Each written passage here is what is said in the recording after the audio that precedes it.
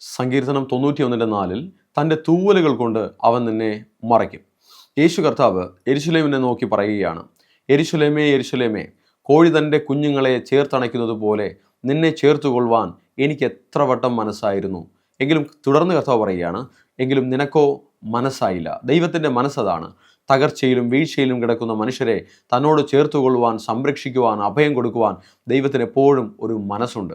ദൈവത്തിൻ്റെ നന്മ നാം പ്രാപിക്കണമെങ്കിൽ നമുക്ക് തന്നെ മനസ്സുണ്ടെങ്കിൽ മാത്രമേ അത് പ്രാപിക്കുവാൻ കഴിയുകയുള്ളൂ. യെരുശലേം പുത്രിമാരെ നോക്കി കർത്താവ് പറയുകയാണ്, യെരുശലേം പുത്രിമാരെ, നിങ്ങൾ എന്നെ ചൊല്ലി കരയേണ്ട, നിങ്ങളെയും നിങ്ങളുടെ മക്കളെയും ചൊല്ലി കരയുവിൻ. നിങ്ങൾക്ക് ദൈവം ഒരുക്കിയിരിക്കുന്ന രക്ഷ സ്വന്തമാക്കുവാൻ, നിങ്ങൾ ദൈവത്തോട് നിരപ്പ് പ്രാപിപ്പാൻ, നിങ്ങൾക്ക് ദൈവത്തിൻ്റെ ആശീർവാദം ഉണ്ടാകുവാൻ നിങ്ങളിലൊരു വിശുദ്ധീകരണം ഉണ്ടാകണം. പാപത്തിൽ നമ്മുടെ പ്രിയപ്പെട്ടവർ പോകുമ്പോൾ, ലൗകികരായി നമ്മുടെ പ്രിയപ്പെട്ടവർ ജീവിക്കുമ്പോൾ അവർ ദൈവകൃപയിലേക്ക് വരുവാൻ ഒരു കരച്ചിൽ, അവർക്കായ ഒരു മധ്യസ്ഥത നമ്മുടെ ജീവിതത്തിൽ ആവശ്യമാണ്.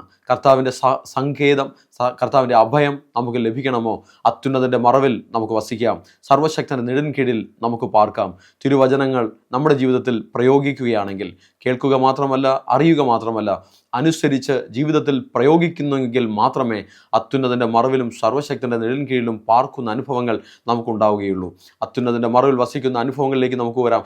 വചനം ജീവിതത്തിൽ ഏറ്റെടുത്ത് അതിനെ ജീവിതത്തിൻ്റെ എല്ലാ മേഖലകളിലും പ്രയോഗിച്ചുകൊണ്ട് നമുക്ക് കർത്താവിനായി ഒരുങ്ങാം.